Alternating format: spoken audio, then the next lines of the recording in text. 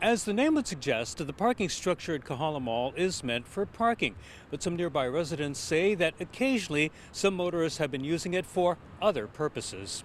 The red car is on the open top deck of the three-story parking structure next to Kilauea Avenue, doing donuts around the light poles and also drifting, leaving tire tracks in its wake. You can't hear it that well, but those tires are screeching. I was awfully surprised and quite honestly kind of intimidated by it. The resident who witnessed it didn't want to be identified. If anyone was up there walking, old people tend to walk there at times, and if they lost control and went careened into a person or a person on an e-bike or a parked car, that wouldn't be too good. He also says this blue car did the same thing on the rooftop deck back in May. A former HPD deputy chief says it's fairly common. Sure, you see a lot of that. You see a lot of videos, online a lot of times, guys showing off, even in, fairly empty parking lots. Then they'll lose control.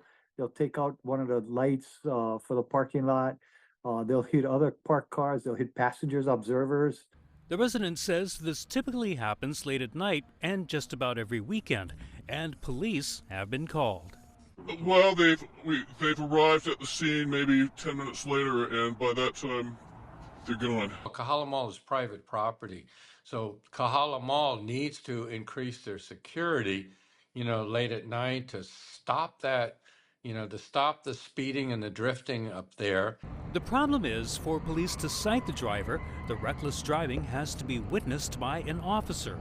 It's difficult because with the video now, you still have to identify the individual. Just because you have a car, or you might even have a license number, who's the individual that's driving, who's the individual that's there at the time, that's who you need to identify. HPD says Kahala Mall has filed a complaint in the latest incident. In Kahala, Ben Gutierrez of 8 News Now.